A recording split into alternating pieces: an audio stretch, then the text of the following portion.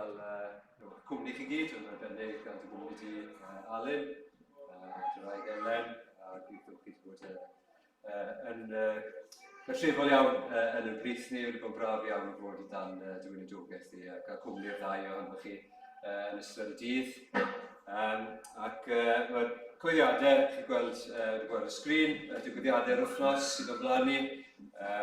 Emyr yn mynd i'r Bala, gynadledd gwynedogion, chi'n cofio arbennig amdano fe. A'r holl gwynedogion fydd yno yn gyfnod anodd i fod yn weinidog yn siŵr, a mae'n gyfle arbennig iddyn nhw i gael cwrdd gyda'i gilydd i astudio'r gair ac i gael cwmni i gilydd ac annog i gilydd. Dwi'n gwybod yn bendithio bob un fydd yno.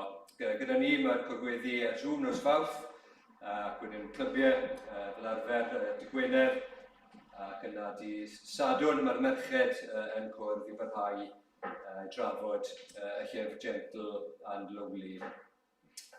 Gyda Emyr wedyn bydd gyda ni Sul nesaf. Dyna'r cyfan. Un digwyddiad ddiwedd y mis yn dos, bydd Lois yn hoffi cael eich syniadau chi, ynglys ynglyn â noson goleuni, ddiwedd y mis yma, diwedd yr hanner tymor ar gyfer y plant adeg Calan Gaeaf. Gwnewch ni droi ar fyw.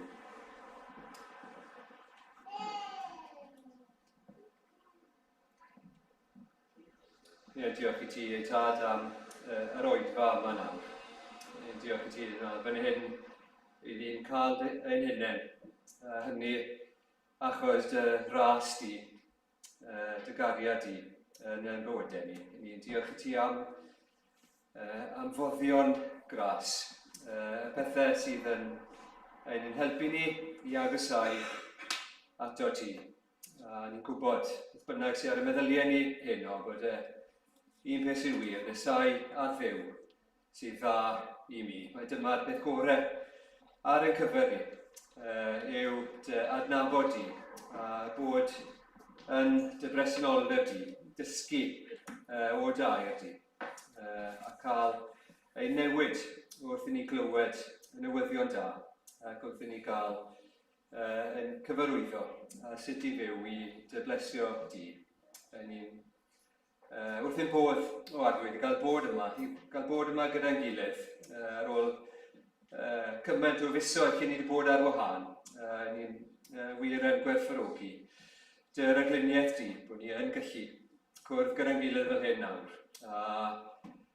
Diolch ti am y ryddid sydd yn ein gwlad ni i ni gwrdd gyda'n gilydd. Yn gwybod bod hynny ddim yn wir, mae'n gymaint o wledydd eraill. Diolch i ti felly. Bod ni'n gallu dod yn rhydd yma heno, a helpa ni i wneud y gorau o'r cyfle, i ddod nawr i ymdrechu, i wrando, i feddwl am beth i ni'n canu, i gydweddio gyda'n gilydd, a bydde yna ddifrifoldeb wrth i ni ddod o dy flaen di, bod ni o ddifri am deiriau di, a bod ni ddim yn fodlon eistedd yma a gadael i deiriau di mewn drwy glist a mas drwy'r llall. Helpa ni trwy nerth ysbryd glân i gymwyso be ni'n clywed. Ni'n diolch i ti am gael yn goffa bore yma, bod ni wedi cael yn creu ar dy lun y dy felw di. Bod hynny'n wir am bawb o'n cwmpas ni. Helpa ni gymwyso hynny yn y ffordd i ni'n trin pobl eraill, y ffordd i ni'n siarad am bobl sydd wedi creu ar dy lun y dy felw di. Ni diolch i ti drychineb yng Ngad Eden a methiad addag Efa sy'n cael ei adlewyrchu yn ein methiad ni yn y ffordd i ni hefyd wedi bod yn anifydd ac am redeg i ffwrdd oddi wrtho ti. Ni'n diolch i ti am newyddion da ar y benyl. Diolch am yr arglwydd Iesu Grist a'i groes a'r atgyfodiad. Ni'n diolch i fod yn eiriol nawr drosto ni, a felly ni'n gofyn arglwydd nawr. Ti fod yn drigaro wrtho ni ddim yn heiddi dim byd, ond ni yn gweddio bydde ti yn bendithio ni, ac yn ei gweddio bydd y de enw di yn cael ei godi yn uchel. Yn blith ni nawr, a trwy ein gwlad ni, lle bynnag mae gair wedi bregethu i darllen heddi am un eglwys yn y cymoedd sydd wedi gweld trwydigaethau a nifer cael ei bydyddio. Ac ni'n diolch i ti am y dystiolaeth yna. Ni'n gwyddio adwydd am gael clywed am fwy a fwy o hynny. A rai o'r newydd yn dod yn plygu i eglwyddiaeth di dros ei bywydau nhw. Bydd gyda ni nawr, gyda Alun arbennig wrth i fe yn harwen ni yn gwthio adwydd y fendydd di. Arno fe ac Elen, a bendithia nhw yn ei gwaith, a bendithia nhw yn yr eglwys yn Abertawe. Bydd gyda ni nawr, derbyn ni, a maddau ni yn beio, gan ein bod ni'n dod yn enw ac yn heiddiant yr arglwydd Iesu Grist. Amen.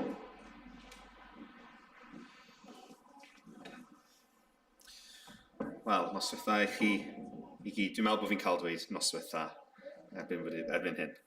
Noswaitha, da ni ddechrau'n gwasanaeth ni drwy addoli'r arglwydd a chanu gyda'n gilydd emyn 633 o'r llyfr Emynau. Dilynaf y mi gael trwy foes amarch a gwradwydd y byd, a dygaf ei ddirmyg a'i groes gan dynnu i'r nefoedd o hyd. Mi rodiaf drwy gymorth ei ras, y llwybr a gerddodd e fe. Nid rhyfedd o sgwawdur y gwas, can sgwawd gafodd arglwydd yn e.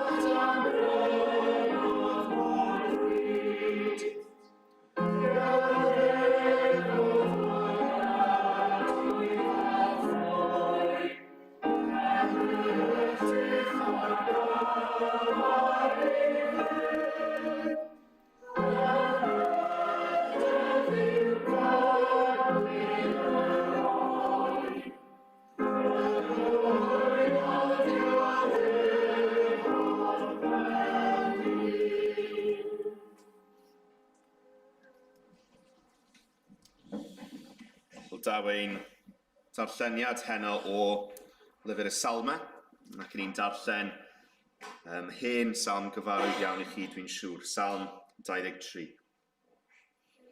Yr arglwydd yw fy migael, ni bydd eisiau arnaf. Gwnawn ni orwedd mewn porfeydd breisio, a thywys fi gar llaw dyfroedd tawa. Ac mae ef yn fadfywio, fym harwain ar hyd llwybrau cyfiawnder mwyn ei enw. I mi gerdded trwy ddyffryn tywyll di, nid ofnaf unrhyw niwed, oherwydd yr wyt ti gyda mi, a thwy alen ath ffon yn fy nghysuro. Yr wyt yn arlwyo bwrdd o'n blaen yng ngwydd fy ngelynion. Yr wyt yn eneinio fy mhen a golew, y mae fy nghwpan yn llawn. Yn sicr, bydd daioni a thrigaredd yn fy nilyn bob dydd o'n bywyd, a byddaf yn byw yn hir arglwydd, weddill fy nyddiau. Ac ni'n diolch i Dduw am ei air. Wel, ni'n mynd i ganu eto. Emyn rhif 22 o'r atodiad. Fy migael brenin cariad yw, daioni Duw ni dderfydd, ac ni bydd eisiau byth os wyf ei eiddo fe'n dragywydd.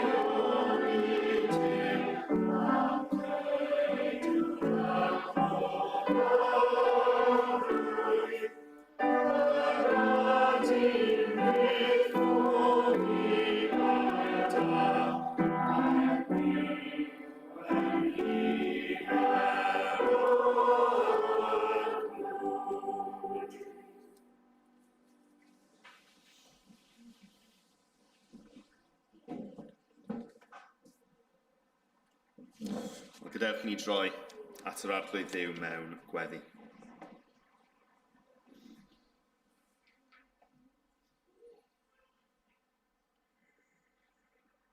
O Dduw ein tad, i ni'n diolch i ti ein bod ni'n gallu dod ger y rondi unwaith eto heno. I ni'n diolch i ti arglwydd bod ti wedi gosod diwrnod ar wahân fel rhan o drefn y greadigaeth arglwydd, lle mae dy bobl di yn gallu dod a gorffwys yn dy bresenoldeb di. Arglwydd, ni'n diolch am y gorffwys dyn ni wedi profi heddiw. Yn diolch i ti arglwydd am gymdeithas gyda brodyr a chwiorydd. Yn diolch i ti arglwydd am deuluoedd, am rieni sydd yn dynabod di ac sydd yn magu eu plant yn ffurf cyfiawnder. Arglwydd, ni'n diolch i ti am y saboth hwn. Yn gweddio arglwydd, wrth i ni parhau i ddod at ein gilydd dros yr wythnosau misoedd a'r blynyddoedd nesaf. A bydde ti'n helpu ni werthfawrogi arglwydd pwysigrwydd y saboth. A bydde ni o arglwydd yn sylweddoli bod ti wedi paratoi gwledd i ni ar dy saboth ti. Bod gorffwys ar gael i ni arglwydd gyda chwpan llawn yn dod i dy bresenoldeb ti ar y Sul. Ac yn cyfarfod arglwydd a chael amser o wir gymdeithas gyda'r eglwys. O Dduw, ni'n diolch i ti am yr hyn sydd yn disgwyl amdano ni yn tragwyddoldeb. Yn diolch o Dduw bod y saboth yn pwyntio at y gwirionedd y byddwn ni'n treulio tragwyddoldeb yn dy bresenoldeb di o ddi. Yn dy weld di wyneb yn wyneb. Yn dy addoli di ger bron yr orsedd.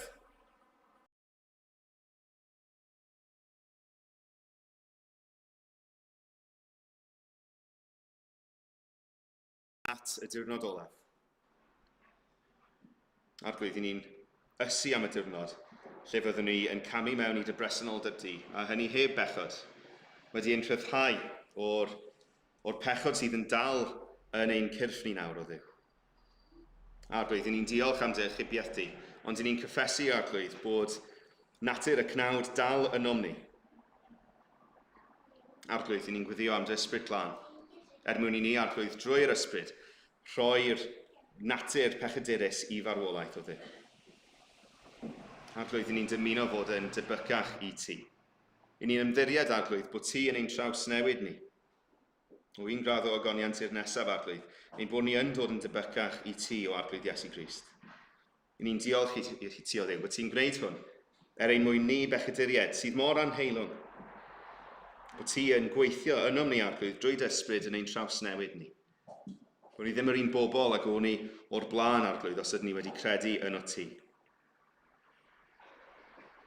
O, Arglwydd, ni'n diolch am yr enedigaeth newydd.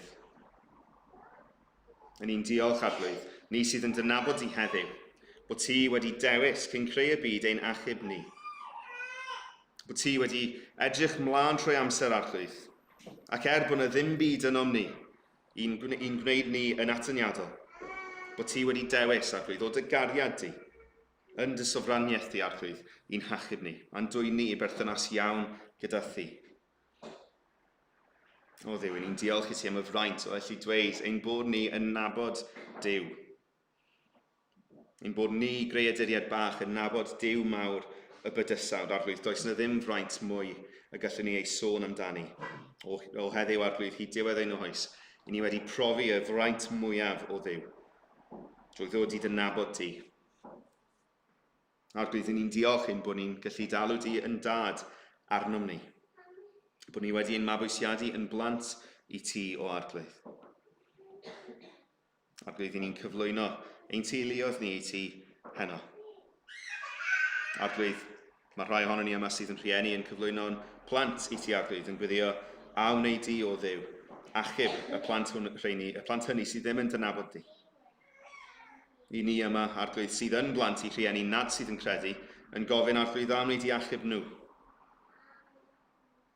Arglwydd, ni'n cyflwyno brodyr a chwiorydd i ti sydd yn rhan o'n teuluoedd naturiol ni, rhai sydd ddim yn dynabod di o Arglwydd, a wneud i defnyddio ni mwyn cyrraedd y pobl hynny gyda'r efengyl. Arglwydd, ni'n gweddio am nerth, ni'n gweddio am ffyddlondeb o Dduw, mwyn allu rhannu dair di. A hynny mewn ffordd, Arglwydd, sydd yn dod â chlod i denw di. Paid y gadael ni fod a dewis pa rannau o dair di ni'n gweld yn berthnasol. Yn hytrach, Arglwydd, gad i ni rannu a chyhoeddi dy holl gyngor di, oherwydd mae'r holl Feibl, Arglwydd, yn dda. Bod yr ysgrythyr, Arglwydd, i gyd wedi ei anadlu allan gen ti. A bod ei gyd, Arglwydd, yn ein dwy'n ni i iachadwriaeth, a'n hyfforddi ni i fod yn ddiwyl o Dduw. I ni'n diolch i ti am dy air, i ni'n diolch i ti, Arglwydd, bod ti wedi siarad gyda ni. Arglwydd, i ni'n diolch mwy na hynny, bod ti wedi dewis dod un plith ni, bod y gair wedi cymryd cnawd ym mherson Iesu Grist. O Dduw, ni'n diolch i ti am yr ymgrawdoliad. Fedrwn ni byth, Arglwydd, a cael ein penen i rownd y fathwyrth, bod ti, creuawdwr y cyfan, wedi dod i mewn i dy greadigaeth ti, wedi gwisgo cnawd arna ti, o Dduw. Ac bod ti'n gwisgo ein cnawd syrthiedig ni, bod ti wedi byw heb bechod, Arglwydd, ni'n diolch i ti am y wyrth yma. Ni'n diolch i ti, Arglwydd, wrth feddwl am y groes, bod ti wedi mynd i'r groes ar Galfari yn ein lle ni. O, Arglwydd, ni'n cyffesu bod ni ar un adeg wedi bod mor bell i ffwrdd ohono ti, bod rhai ohono ni, Arglwydd, dal yn bell oddi wrth y ti. Ond ni'n diolch i ti o Dduw. Ni'n diolch bod ti wedi gwneud ffordd i ni ddod yn ôl. Ni blant a fradlon, Arglwydd. Ni'n diolch bod ti wedi gwneud ffordd i ni allu dod yn ôl drwy'r maddeuant sydd ar gael yn Iesu Grist. O Dduw, ni'n diolch i ti am y fath gariad. Ni'n diolch i ti, Arglwydd, am dy gyfiawnder hefyd. Arglwydd, i unrhyw un fan hyn sydd wedi profi unrhyw fath o offens yn ei erbyn nhw, Arglwydd. Ni'n diolch y bydd cyfiawnder am hynny. Naill ai, Arglwydd, drwy dy farn cyfiawn ar y dydd olaf, neu oherwydd bod Crist Iesu wedi cymryd y barn ar ei hun o Dduw. Ni'n diolch i ti bod ti yn bodloni dy gyfiawnder di dy hun yn yr hyn mae Iesu Grist wedi gwneud. O Dduw, ni'n cyflwyno y rhai nad sydd yma i ti. Brodyr y chwiorydd, Arglwydd, sydd yn methu bod gyda ni eto ar y blwydd oherwydd ei bod yn caeth i'w cartrefi nhw, neu bod nhw'n wan, Arglwydd, neu Arglwydd, ni'n cyflwyno rhai diog i ti hefyd. Yn gweddio, Arglwydd, awn ei di dy bresenoldeb di yn amlwg iddyn nhw. Arglwydd, ni'n gweddio bydde ti'n argyhoeddi rhai sydd yn bell, argyhoedda rhai, Arglwydd, sydd yn ddiog. Ni'n gweddio bydde ti'n trawsnewid eu colonnau. Bydden nhw'n dod, Arglwydd, ac yn dod i glywed dy air di yn cael ei pregethu. Arglwydd, ni'n credu bod pwer yn dy air di.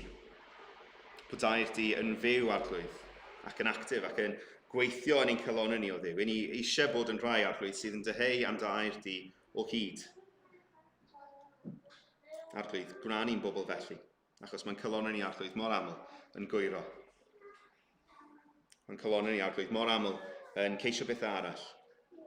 Arglwydd, gra ni yn gyntaf ceisio dy deyrnas ti. Gra ni geisio dy air di, Arglwydd, yn y cyfan dyn ni'n neud. Gad i dy air di, Arglwydd, fod yn fyfyrdod i ni, dydd a nos. A hynny oherwydd, Arglwydd, ni'n datgan bod dy air di yn dda. Hyd yn oed y gyfraith, Arglwydd, oedd yn ein condemnio ni gynt, i ni'n cyhoeddi, Arglwydd, i ni'n cyfaddau fe fod e'n dda. Oherwydd mae'n dangos i ni dy berson sanctaidd di. Ni'n gweld, Arglwydd, sut un fydde Iesu Grist yn cyflawni'r gyfraith yn berffaith. Ni'n diolch i ti am dy holl air di o, Arglwydd. Awn ei di siapo ni. Awn ei di trawsnewid ni drwy dy air di, fel ein bod ni ddim yn cydymffurfio â ffatrwm y byd. Ond yn hytrach, Arglwydd, ein bod ni'n dod yn rhai sydd â'n meddyliau wedi eu trawsnewid mwyn i'n allu dod â chlod a mawl i denw di, oherwydd ti o Dduw sydd yn heiddi'r clod a'r mawl i gyd. A dim ond ti, Arglwydd. Maddau ni am unrhyw beth arall yn ein bywyd ni sydd yn cymryd dy le di. Maddau ni, Arglwydd, achos mor aml dyn ni'n gallu rhoi pethau arall yn gyntaf. Mor aml, Arglwydd, ni'n gwneud hynny heb sylweddoli. Plis o Dduw, awn ei di dangos i ni unrhyw bechod cyd sydd yn ni. Argyhoedda ni, Arglwydd, o'r llefydd yn ein bywyd ni lle dyn ni'n parhau i syrthio'n fyr. Trawsnewid ni, Arglwydd, drwy dair di ni'n gweddio. Adfer ni o Dduw, drwy dair di. Ni'n gweddio hyn i gyd yn denw di o Iesu. Amen. Iawn, wel, nawn ni ganu unwaith yn rhagor. Tro yma emyn 233. Y bugail mwyn o'r nef a ddaeth i lawr, i geisio ei braidd trwy'r erchyll aniel mawr. Ei fywyd roes yn aberth yn ei lle, a'i crwydrad hwy ddialwyd arno fe. Emyn 233.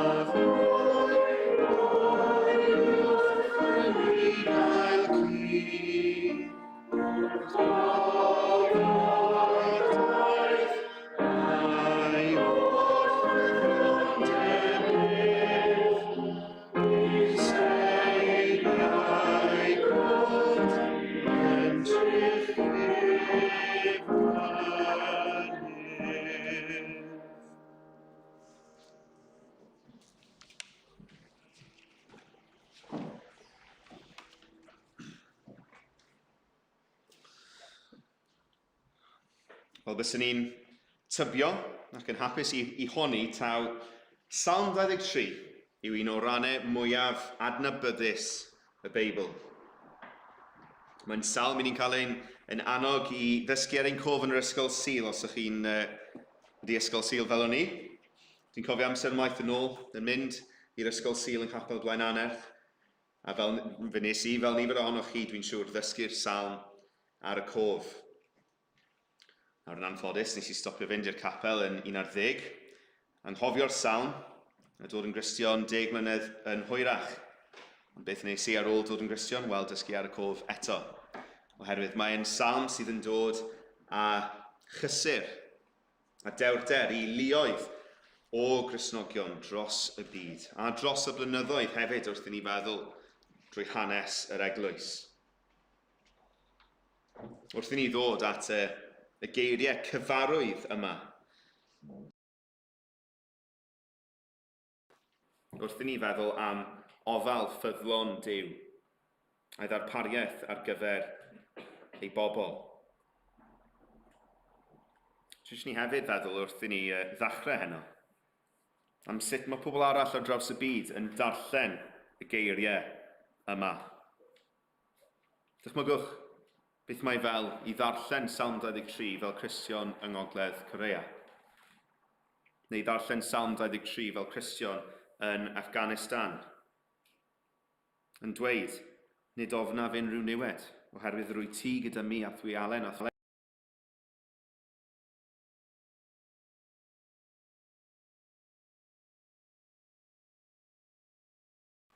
Pan maen nhw yn dweud ac yn adrodd ac yn canu Salm 23, faint o gysur sydd ynddo fe i'r Cristnogion yna. Cofiwch y Cristnogion hynny yn eich gweddiau chi yn ystod yr wythnos. Dwi'n gweddio heno wrth i ni ystyried yr hen salm gyfarwydd yma, a byddwn ni gyd yn dod eto i ryfeddu a diolch i Dduw am ei ofal droson ni. Bore yma, o'n i'n gobeithio bod ni'n mynd i felly gweld rhyw agwedd newydd ar gymeriad Duw drwy ddarllen Genesis 1. Wel heno, dwi'n gweddio byddwn ni'n cael ein atgoffa o rhywbeth i ni'n ymfalchio ynddi mor aml, bod Duw yn gofalu am ei bobl. Heno, dwi eisiau ni ganolbwyntio ar yr adnod gyntaf, a dadpacio i ystyr yng nghyd-destun yr hyn mae'r arglwydd Iesu yn dysgu ni yn Efengyl Ioan. Mae'r memyr wedi gweud wrtha i bod chi wedi bod yn gweithio drwy Efengyl Ioan yn ddiweddar. Felly dwi'n gweddio hefyd bod ystyr Salm 23 yn achosi ni gofio gwirionedd anfarwol i ni'n darllen am yn y llythyr i'r Hebreaid. Iesu Grist, yr un ydyw ddoe, heddiw ac am byth. Fe oedd y bugail da yng nghyfnod y brenin Dafydd. Fe yw'r bugail da ni'n gweld yn yr Efengylau, a fe yw'r bugail da i ni'n dilyn heddiw hefyd. Rhaid ni ystyried rhywfaint o gyd-destun i'n dechrau ni ofte. Un o salmau y brenin Dafydd yw Salm 23. Dafydd oedd ar un adeg yn fugail dros braidd o ddefed ei hun. Dafydd a gafodd ei ordeinio yn fugail dros Israel gyfan fel ei brenin nhw. Pan mae'r brenin Dafydd yn defnyddio'r gael bugail fan hyn, mae'n defnyddio fe fel person sydd go iawn yn deall beth yw hi i fod yn fugail. Dyma Dafydd yn fugail ei hun, un sydd yn gwybod beth yw ei edrych ar ôl praidd, yn cydnabod bod ganddo fe fugail mwy, bod ganddo fe fugail mawr, ei dduw e. Yr arglwydd ydy bugail Dafydd. Oedd Dafydd yn gwybod pwy oedd ei fugail ef. Y peth cyntaf dwi eisiau gofyn i chi heno, wrth i ni feddwl am ein testyn ni, yw pwy yw eich bugail chi? I ni ddim fan hyn eisiau jyst roi'r ateb ysgol sul. Yr arglwydd yw fy fugail. Ystyriwch eich bywyd chi. Archwiliwch eich bywyd chi. Yn ymarferol, yn y dydd i ddydd, pwy yw eich bugail chi? Pwy sy'n eich arwen chi? Pwy sy'n lliwio eich bywyd chi? Ein tueddiad ni fel pobl yw ei gael ein harwen gan bethau eraill. Hyd yn oed ni sydd yn dweud, i ni'n Gristnogion, yr arglwydd yw fy fugail, yn ein bywyd yn ei mor aml. Dyn ni'n cael ein harwain gan bobl neu gan bethau eraill, gan bobl. Gan ein bywyd teuluol ni, gan ein gyrfaoedd ni, ein chwantau hunanol ni. Yn ni'n gweld disgrifiad addas o'n ni'n hunain yn llyfr y proffwyd Eseia. Rydyn ni i gyd wedi crwydro fel defed, pob un yn troi i'w ffordd ei hun. A rhoes yr arglwydd arno ef ein beiau ni i gyd. I'r Cristion, yr arglwydd Iesu dylai fod yn fugail arno ni. Dylen ni allu cydnabod a chyhoeddi a dangos gyda'n bywydau ni mae Iesu Grist sydd yn fugail drosom ni. Fe yw'r un sydd yn ein harwain ni ac yn arglwyddiaethu dros ein bywydau ni. A fe yn unig dylai fod yn gwneud hynny. Os oes unrhyw beth arall yn arglwyddiaethu arno ni, ac yn bennaf yn gyfrifol dros arwain ein penderfyniadau ni, a'r ffordd mae bywyd ni'n mynd, wel, dyn ni ddim yn byw felly, fel tase'r arglwydd yn fugail arno ni. I ni mor aml yn gallu cwympo i'r temtasiwn o adael i bethau arall arglwyddiaethu, ac yn aml iawn, dyn ni ddim yn sylweddoli ein bod ni'n gwneud hynny. Yn aml iawn, dyn ni ddim yn sylweddoli ein bod ein llygad ni wedi cael ei cymryd oddi ar yr arglwydd Iesu. Ambell waith teulu e, ambell waith ffrindiau, ambell waith jyst ein dyheuadau hunanol ni, sydd yn ein harwain ni, yn hytrach nag ein bod ni'n ildio i'r arglwydd fel ein bugail ni. Felly ystyriwch yn gyntaf pwy yw eich bugail chi heddiw. Nid jyst o ran eich cred a'ch diwynyddiaeth gywir, ond pwy sydd go iawn yn arwain eich bywyd chi yn y dydd i ddydd. Yn ail wedyn, cofiwch, drwy ddweud mae'r arglwydd yw eich bugail chi, ych chi'n datgan mae'r arglwydd yw eich bugail chi fel unigolyn. Beth mae Dafydd yn dweud? Yr arglwydd yw fy mugail. Yn unigol, yn bersonol, os ydych chi yn Gristion, mae'r arglwydd yn fugail personol arnoch chi. Dydy Dafydd ddim yn dweud taw'r arglwydd yw bugail ei fam, neu ei dad, na chwaith yn ymfalchio taw'r arglwydd sydd yn fugail dros ei bobl efan hyn, bod hynny yn wir wrth gwrs. Ond yn hytrach, yr hyn mae Dafydd yn ymhyfrydu ynddi fan hyn yw taw'r arglwydd yw ei fugail personol ef. Ystyriwch sut mae hynny'n wir yn eich bywyd chi. Dydy'r arglwydd ddim dim ond yn fugail ar yr eglwys Efengylaidd yng Nghaerdydd. Dyw e ddim jyst yn fugail ar y praidd, mae'n fugail ar bob un o'r defaid hefyd. Mae'n fugail ar bob un ohonoch chi yn unigol hefyd. Yn gofalu amdanoch chi fel unigolion, a hefyd yn dymuno eich addoliad chi fel unigolion. Mae'n fugail dros y praidd. Mae'n fugail dros y defaid, ond mae e hefyd yn fugail dros y ddafad. Felly gofynnwch, ydych chi yn berson sydd yn rhoi rhyw gap Cristnogol ar eich pen ar ddydd Sul, pan ych chi gyda yr eglwys, ond wedyn yn ystod yr wythnos mae'r cap yna'n dod i ffwrdd a chi'n byw fel tasau ddim fugail arnoch chi. Mae'r arglwydd yn fugail arno ni fel unigolion, trwy'r amser, ar bob adeg. Oherwydd, dyw e ddim yn dduw achlysurol. Mae'n dduw cyson, dduw trygwyddol, yn sofran dros y cyfan. Felly, os ydych chi yn dweud, ie, dwi'n Gristion fan hyn heddiw, yr arglwydd dylai fod yn fugail arnoch chi. Ac ystyriwch, os nag yw yma rhywbeth o'i le. Os nad ych chi'n credu, os ych chi yma fan hyn felly'n meddwl, o, mae mam a dad wedi gorfodi fi ddod, neu os ydych chi yma yn meddwl, ie, dwi yma yn archwilio beth yw'r ffydd Gristnogol yma, wel gai'ch wahodd chi i feddwl, ydych chi angen derbyn yr arglwydd fel eich bugail chi? Dwi'n gobeithio wrth i ni ddarpacio yr adnod gyntaf yma, na ni weld pam bod Duw yn deilwng o fod yn fugail arnoch chi. Pam taw'r y peth gorau i chi yw eich bod chi'n galw Iesu Grist yn fugail. Pam dylech chi eisiau fod yn rhan o'i braidd ef. Dwi eisiau ni roi ein meddyliau ni ar 4 ystyriaeth. 4 ystyriaeth sydd yn codi drwy ddweud mae'r arglwydd yw ein bugail ni. 4 gosodiad a dadbacio beth yw ystyr rheini. Dyma'r 4 peth ni'n mynd i fod yn ystyried. Os taw'r arglwydd yw ein bugail ni, fe fyddwn ni'n ei weld fel y bugail sydd wedi rhoi ei fywyd dros ei ddefaid. Yn ail, os taw'r arglwydd yw ein bugail, fe fyddwn ni yn ei nabod e.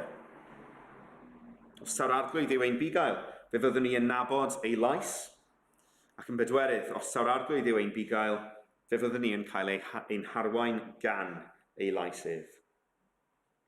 Dyna'r 4 peth dwi eisiau i ni rhoi ein brin ni arno heno. Llun gyntaf.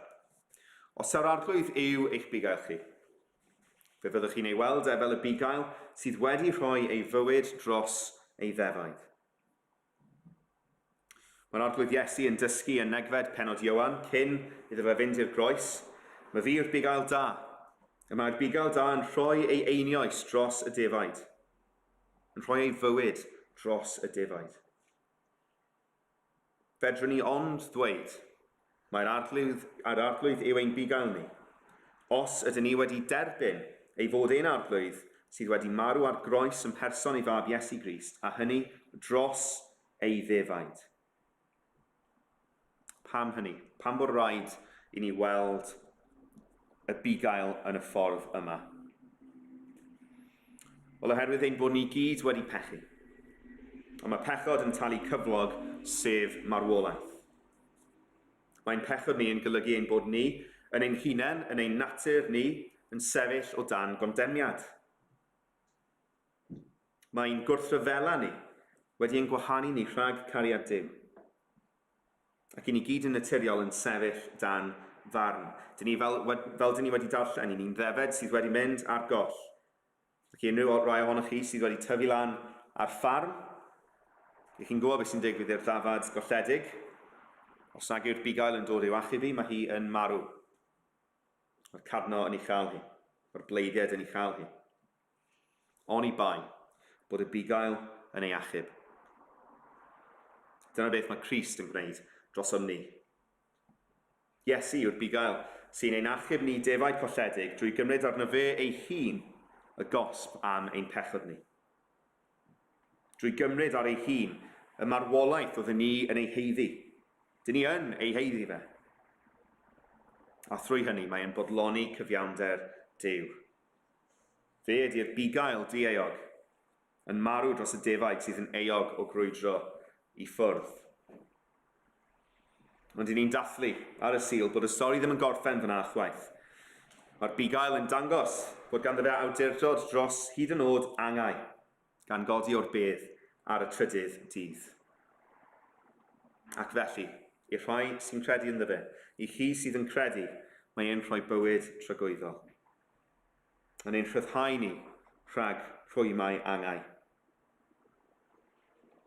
Dyma obaith i ni. Dyma gobaith sydd angen ar unrhyw rai ohonoch chi sydd ddim yn credu fan hyn.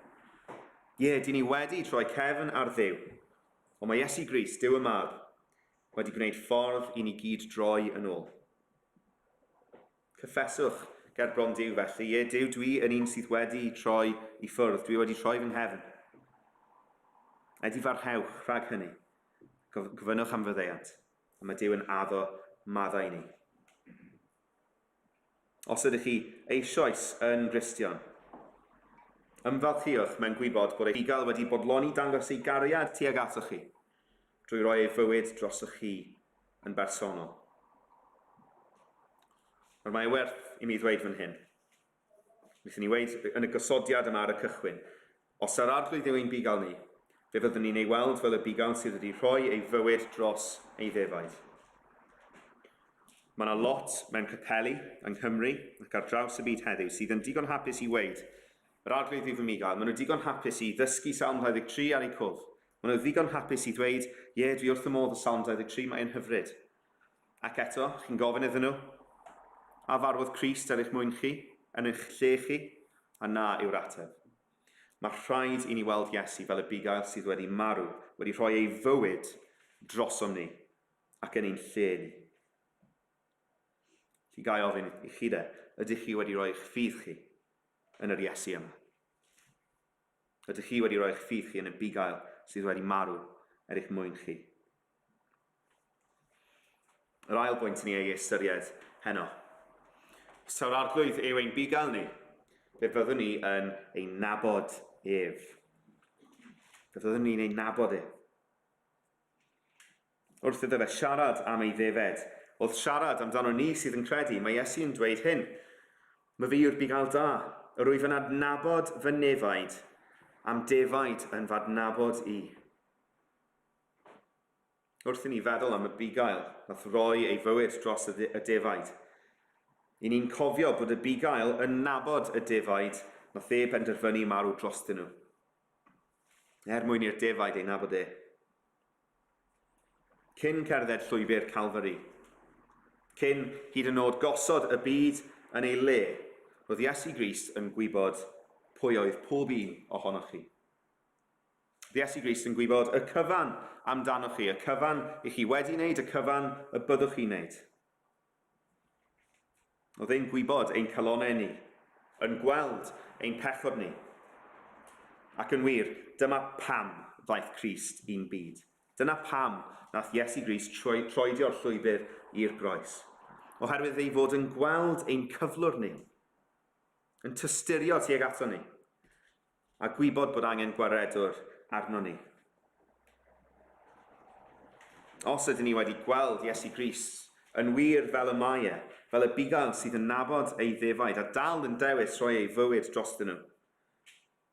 Fedrwn ni ond cwympo ar ein gliniau o'i flanau, cyffesu ein bod ni'n bechaduriaid, yn ddefed golledig sydd wedi rhedeg i ffwrdd. Os ydy'r ysbryd glân yn goleuo calon, fel ei fod yn gweld Iesu Grist am bwy yw e, fedrwn ni ond troi a gofyn am fyddeiant, ac ildio iddo fe fel arglwydd a gwaredwr. Er mwyn gallu derbyn gras Duw sy'n dod trwy Iesu Grist, rhaid i'r ysbryd glân dangos ni bwy yw e. Rhaid i'r ysbryd glân ein helpu ni i'w nabod e. Ac o'r pwynt hwnnw, beth yw ein deheuad ni wedyn? Wel, i nabod Iesu mwy a mwy, i barhau i ddod i'w nabod e. Mae yna ymadrodd Eidaleg, os dwi'n cofio am, Ancora imparo yw'r ymadrodd, ac mae'n ei olygu, I am still learning. Wel, gadewch ni dweud hwn fel Cristnogion, dyn ni'n dal i ddysgu mwy a mwy am Iesu Grist.